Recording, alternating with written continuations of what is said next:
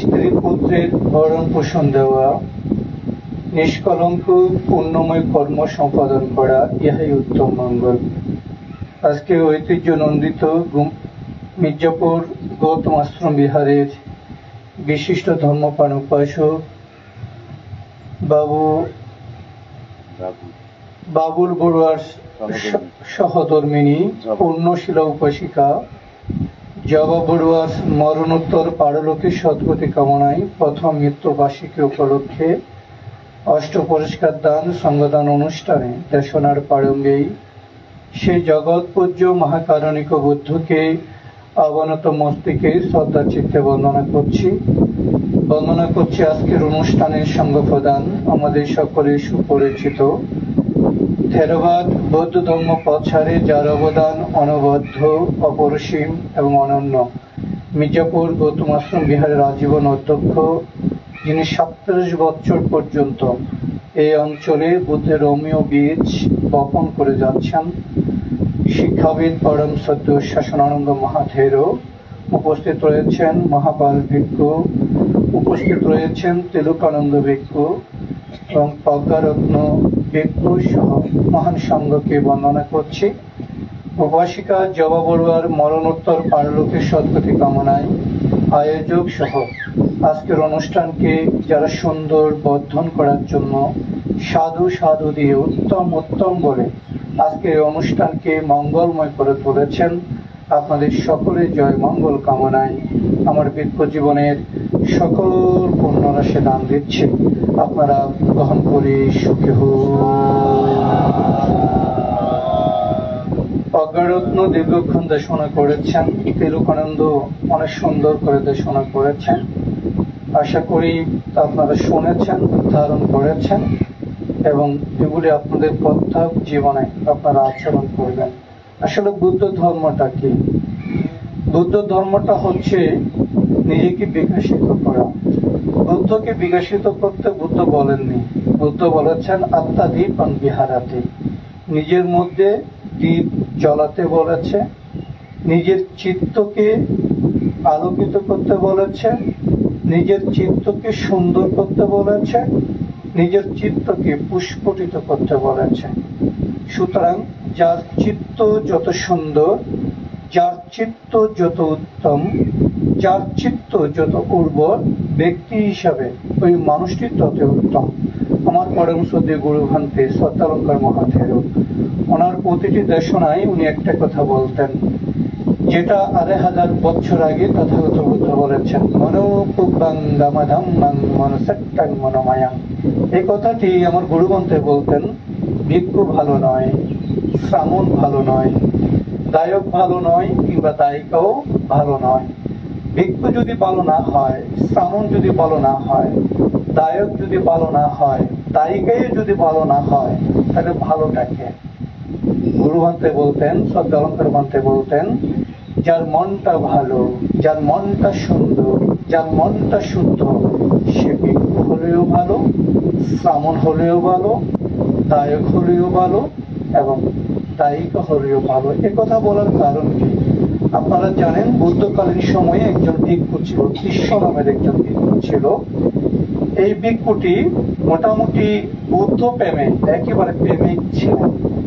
যখন শুভ মাঘী পূর্ণিমা তিথিতে তথাগত বুদ্ধ পরিনির্বাণ দিবস ঘোষণা করেছেন, ভিক্ষু সংঘকে আহ্বান করে বুদ্ধ বললেন, উভয় ভিক্ষু সংঘ আজ থেকে 3 মাস পর শুভ বুদ্ধ পূর্ণিমা বৈশাখী পূর্ণিমা তিথিতে আমি পরিনির্বাপিত হব। আচ্ছা, পৃথিবীর এমন কোন মহাপুরুষ, পৃথিবীর এমন কোন পূর্ণ পুরুষ কিংবা পৃথিবীর এমন কোন শক্তিধর পুরুষ মৃত্যুর আগে বলে যেতে পেরেছেন আমি অমুক সময়, অমুক ক্ষণে, অমুক সময়ে মৃত্যুবরণ করবো? সেটা বলে যেতে পেরেছেন? পৃথিবীর কোন মহাপুরুষ সেটা বলে যেতে পারেননি। কিন্তু তথাগত বুদ্ধ তিনি পরিনির্বাণ প্রাপ্তি হওয়ার 3 মাস পূর্বে তিনি ভিক্ষু সংঘকে আহ্বান করে বলেছেন যে ভিক্ষু সংঘ আজ থেকে 3 মাস পর শুভ বৈশাখী পূর্ণিমা তিথিতে আমি পরিনির্বাপিত হব। এই কথা বলার পর যারা অরহত ভিক্ষু ছিলেন যারা সরা ভিক্ষু ও রহত ভিক্ষু ছিলেন তারা কিন্তু কোনো কারণে কন্দন করেননি। তারা কোনো কারণে কি করেননি? কন্দন করেননি, মানে কাঁদেননি, তারা হতাশ হননি। তারা ব্যতীত অন্য অন্য যে ভিক্ষু সংঘ ছিলেন যারা কোনো প্রকার মার্গ লাভ করেননি, তারা সবাই কাঁদতে লাগলেন, ভয় পেয়েছেন। ওহো, জগৎ সূর্য নিভে যাবে, জগৎ পূজ্য বুদ্ধ পরিনির্বাপিত হবে।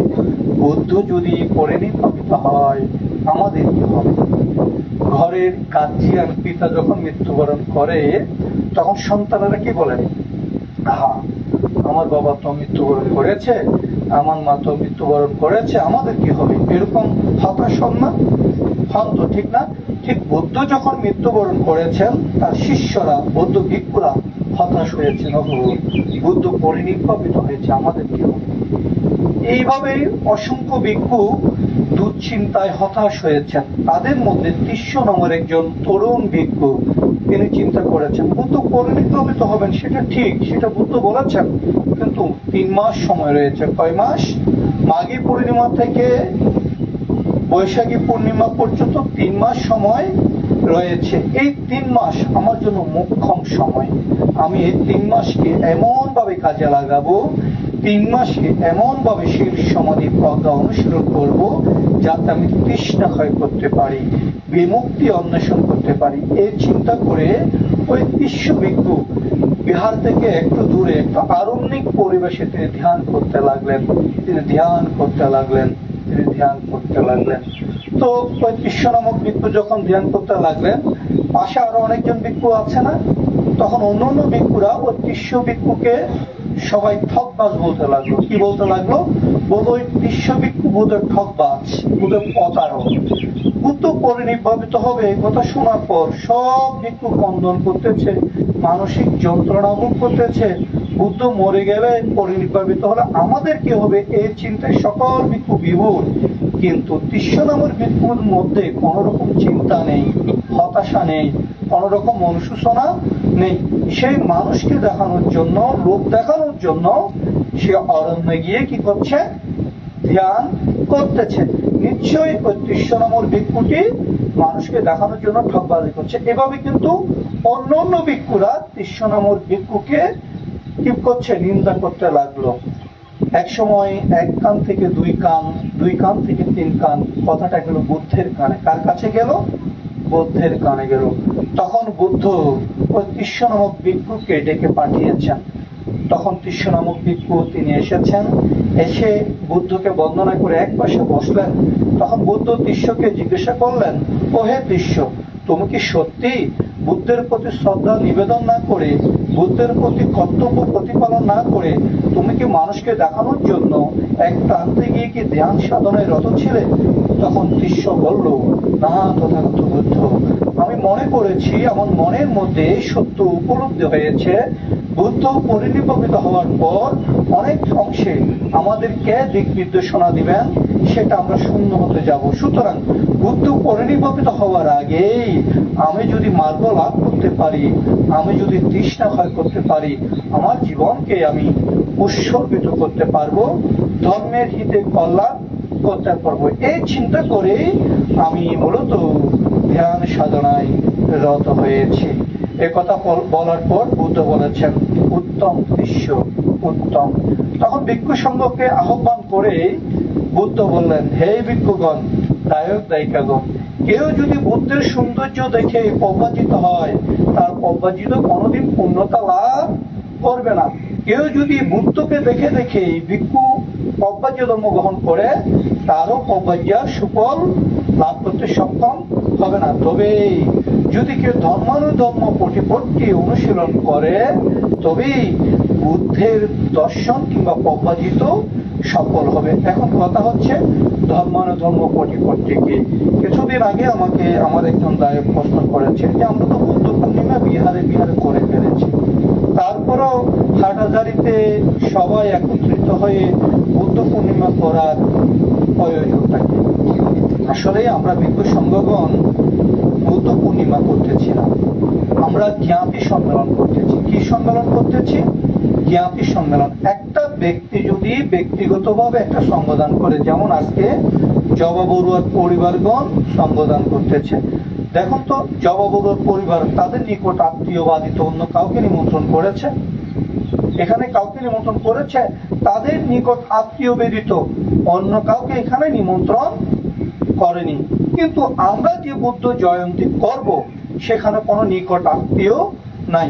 ধনী দরিদ্র, কালো সাদা, লম্বা বাটে, জ্ঞানী অজ্ঞানী, সকল মানুষকে এক স্থানে নিয়ে আসার জন্য আমরা এই অনুষ্ঠানটা করছি। এর জন্য বুদ্ধ বলেন, দেখা অদেখা, দৃশ্য অধিক অদৃশ্য, ক্ষুদ্র অনুক্ষুদ্র, জগতের যত প্রাণী সত্তা আছে প্রত্যেক প্রাণী সত্তা কোনো না কোনো ভাবে আমাদের কি জ্ঞাতি, আমাদের কল্যাণ মিত্র।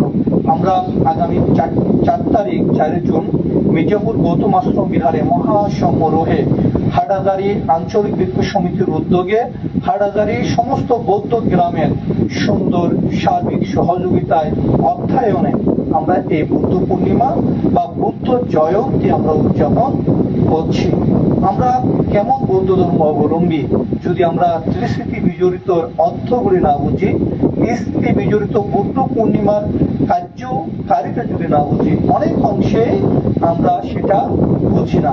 আমরা যখন এই বুদ্ধ জয়ন্তীতে যাব, এই বুদ্ধ জয়ন্তীর মধ্যে কিভাবে বোধিসত্ত্ব জন্মগ্রহণ করেছেন, বোধিসত্ত্ব সেই গয়ার বোধিবৃক্ষ মূলে দীর্ঘস্থায়ী বছর কঠোর সাধনা করে তিনি বুদ্ধিজ্ঞান লাভ করেছেন।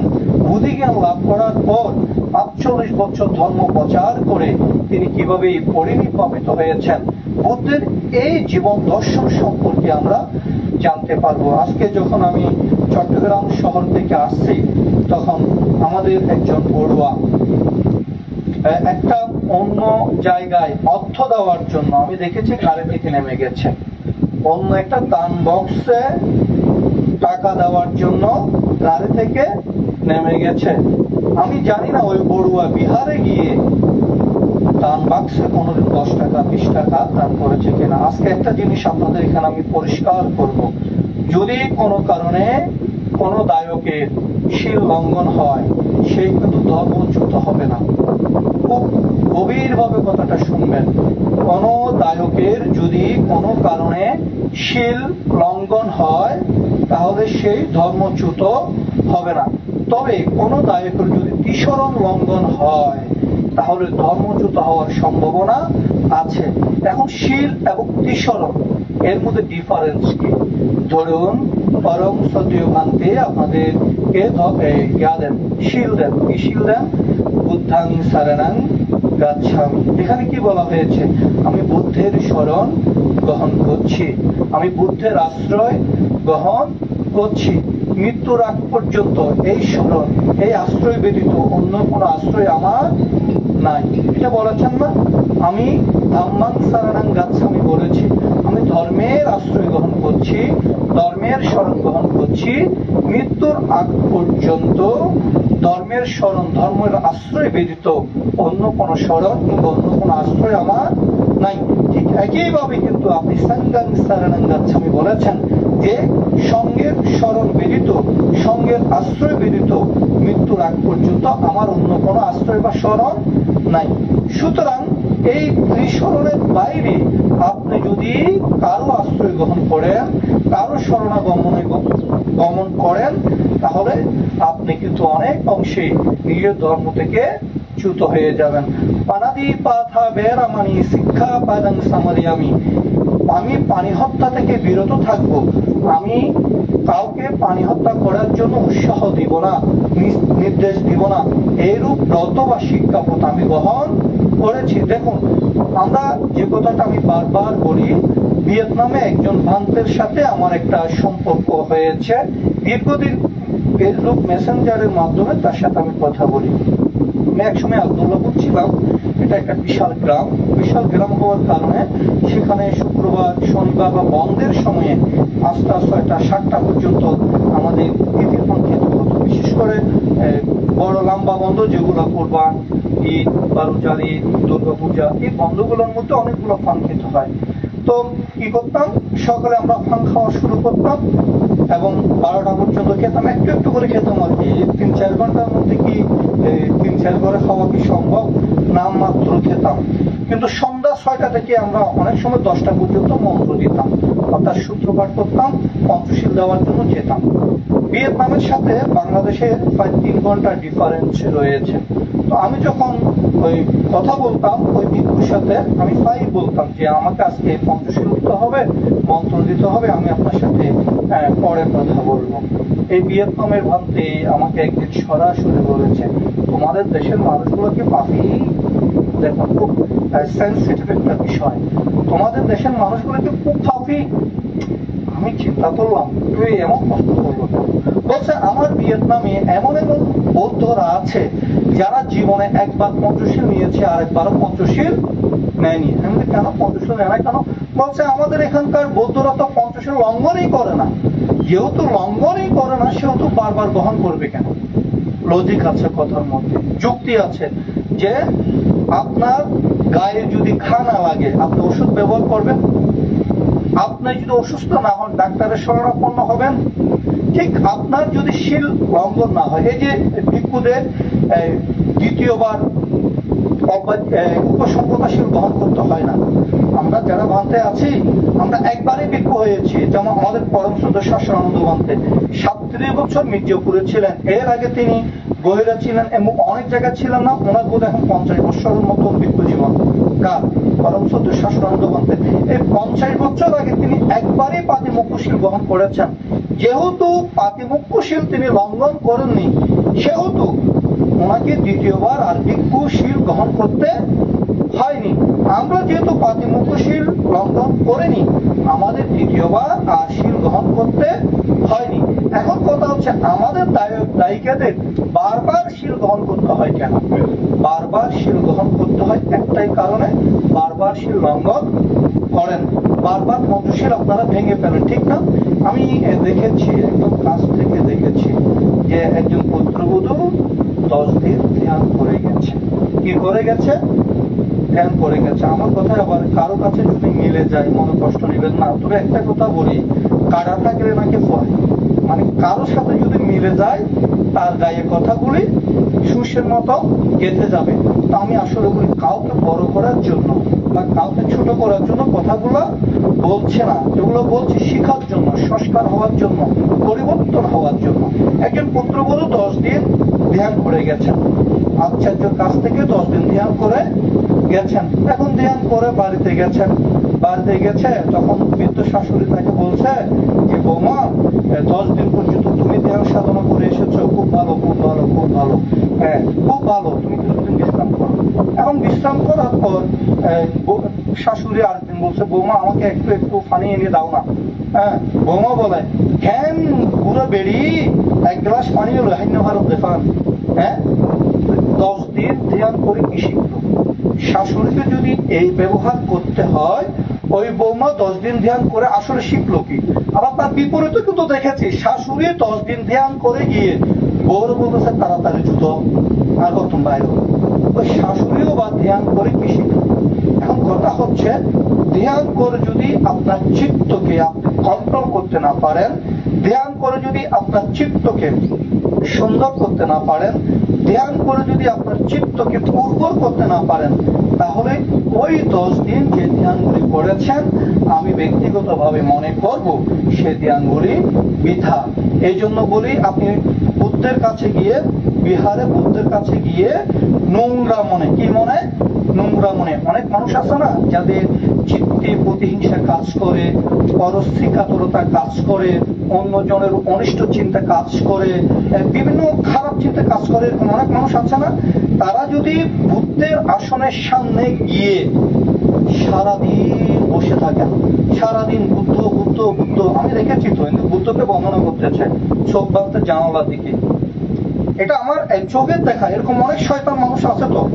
হ্যাঁ, বুদ্ধকে কি করতেছে? বর্ণনা করতেছে। চোখ কোথায়? বাঁধতে দেশনা দিকে, বাঁধে কি করতেছে? বাঁধের উমুক দিকে, বাঁধে কি করতেছে? বাঁধে কি করতেছে? হ্যাঁ, এদিকে বলতেছে বুদ্ধাং বন্দামি, রামাং বন্দামি, সাঙ্গাং বন্দামি, আহাং বন্দামি, নমামি সর্বদা। আমার কায়োদার বন্ধ করছি, বাক্যদার বন্ধ করছি, মনোদার বন্ধ করছি। এদিকে বলতেছে, কোথায় বলতেছে? বুদ্ধের সামনে সামনে বলতেছে। আবার ওদিক দিয়ে ঠাউরিবে কিরে একটা না চাই। যদি কোনো কারণে ভিক্ষু একটা বসে থাকে, গরমের কারণে অনেক ভিক্ষু আছে না, নিজের রুমে চিবর রেখে অংশবন্ধনী গায়ে দিয়ে বসে থাকে, এরকম অনেক ভিক্ষু আছে না, ওই শয়তান দায় করে কোনে ঠাউরি বলতে। তো ওই রকম লোক যদি সারাদিন বুদ্ধের সামনে গিয়ে বসে থাকে, তার কোনো মঙ্গল হবে? তার কোনো পুণ্য হবে? তার কোনো কল্যাণ হবে বলেন তো? কারণ তার মনটাই নোংরামিতে ভরা। নোংরা মন কখনো ধর্মের ঊর্ধ্বগামী হতে পারে না, তাদের মনটা সব সময় ধর্মের নিম্নগামী হয়। আবার আরেকজন লোক দেখেন, একটা ভাঙা ঘরের মধ্যে বা গরুর গোয়ালের মধ্যে একটা লোক বসে আছে, সে গরুর কাজ করতেছে। তার মন যদি উৎকৃষ্ট হয়, আজকে যদি আমার হাতে সময় থাকতো আমি বুদ্ধকে বর্ণনা করে আসতাম, আমি বান থেকে দেখে আসতাম বান্ধে কেমন আছে, আমার একজন আত্মীয় অসুস্থ হয়েছে, তাকে সহযোগিতা। অর্থাৎ তার গোয়াল ঘরে বসে যদি তার মনটা সুন্দর হয়, তার মনটা উৎকৃষ্ট হয়, তার মনটা যদি উর্বর হয়, বলছে ওই মানুষের মনে ধর্মের পূর্বগামী, ওই মানুষই মূলত ধর্মের জন্য সঠিক এবং উত্তম। উপাসক উপাসিকা মন্ডলী, এই কথাগুলি কেন বলছি? এই কথাগুলি বলার কারণ হচ্ছে, আমরা যতটুকু ধর্ম করি তার থেকে বেশি অধর্ম করি, আর অধর্ম করি বিদায় আমরা রোগে আক্রান্ত হচ্ছি, শোকে আক্রান্ত হচ্ছি, ভয়ে আক্রান্ত হচ্ছি, অন্তরায় আক্রান্ত হচ্ছি, অপদেবতার আক্রমণ হচ্ছি, বিভিন্ন প্রকার কষ্ট হচ্ছে। ছেলে বাদ দিচ্ছে না, বউ বাদ দিচ্ছে না, ছেলের সাথে পারিবারিক দুঃখের মধ্যে আছে। যতটুকু কেন? পরিশ্রমে ধন আনে, পুণ্যে আনে সুখ, অলসতায় দারিদ্র আনে, পাপে আনে দুঃখ। পরিশ্রম করবেন, দেখবেন অনেক মানুষ আছে বেকার মানুষ, যে মানুষগুলি বেশি বেশি বেকার, বেকার মস্তিষ্ক শয়তানের কারখানা। কার কারখানা? আপনি বেকার থাকবেন, ওইটার ফুয়াই কিরে, ওইটার বউ কিরে, ওইটার মাইবে কিরে, ওইটার গরম কেন, ওইটার বাড়ি কেন, বান্তি ইবে কেন করেন, সমন ইবে কেন করেন, বিহার কমিটি কেন করেন। অর্থাৎ আপনি বেকার থাকার কারণে আপনার মস্তিষ্কে শয়তানে অ্যাটাক করেছেন, এরকম হয় না? এই জন্য বলো পরিশ্রমে ধন আনে। পরিশ্রম করবেন, ধন আনবেন। আর পরিশ্রম করলে ধন যদি আসে, আপনি পুণ্য করতে পারবেন। তো অর্থ না থাকলে অনেক সময় ধর্ম করা কষ্ট হয়ে যায় না? 10টা টাকা দক্ষিণে দিতে হলো তথ্য লাগবে কিনা? তো পরিশ্রম করবেন, পুণ্য হবে। আর পুণ্যে কি আনবে? সুখ। পরিশ্রমে ধন আনে, পুণ্যে আনে সুখ, অলসতায় দারিদ্র আনে, পাপে আনে দুঃখ। আপনি যদি অলস থাকেন, অলস থাকলে আপনার ইনকাম সোর্স আসবে না, দারিদ্র আসবে। আর দারিদ্র আসলে বহুর সাথে মারামারি থাকবে, বহু স্বর্ণলঙ্কার যেগুলো আছে ওগুলো বিক্রি করবেন, মালগুলো বিক্রি করবেন, জায়গা সম্পত্তি বিক্রি করবেন না? দুঃখ আসবে কিনা? এই জন্য বেকার থাকা যাবে না। কি থাকা যাবে না? বেকার থাকা যাবে না। আপনাদের অবশ্যই ভালো কিছু পরিশ্রম করতে হবে, ধর্ম করবেন, পুণ্য আসবে, অলসতা থাকবেন না, দুঃখ আসবে। যাই হোক, আজকে জবাগুলো আর পারলোকের সদ্গতি কামনায় কতগুলো আগোছালো কথা বলেছি, এগুলি আসলে সমাজের জন্য বেশি বেশি দরকার। আমার এই কথা থেকে যদি আপনারা কিছু শিক্ষা বা জ্ঞান লাভ করতে পারেন, এই জ্ঞানের প্রভাবে আপনাদের জীবন আলোকিত হোক, আপনাদের জীবন বিকাশিত হোক, আপনাদের জীবন সুন্দর হোক। পরম শ্রদ্ধেয় আমার পরম কল্যাণ মিত্র, আমি তারুণ্যের প্রতীক এবং ভিক্ষু সঙ্গের আইকন মনে করি পরম শ্রদ্ধেয় ভান থেকে। যদি মানুষ বিশেষ করে ভিক্ষু সঙ্গকে রক্ষা করার জন্য ভান্তের যে অবদান, সেটি অনস্বীকার্য। তো আজকে ভান থেকে বর্ণনা করছি, আপনাদের সকলের জয় মঙ্গল কামনা করে কিছু আগুছালো ধর্ম দেশনা দিয়েছি। এগুলি আগুছালো হলেও সমাজের জন্য, জাতির জন্য, ধর্মের জন্য এগুলো অত্যন্ত গুরুত্বপূর্ণ। আপনারা সবাই স্মরণশীল অধিষ্ঠিত থাকবেন, স্মরণশীল কখনো লঙ্ঘন করবেন না। বুদ্ধ ধর্ম সঙ্গের স্মরণ ব্যতীত, আশ্রয় ব্যতীত অন্য কোনো আশ্রয় বা স্মরণ বহন করবেন না, এই প্রত্যাশায় আমার আগুছালো ধর্ম দেশনা এখানে শেষ করলাম।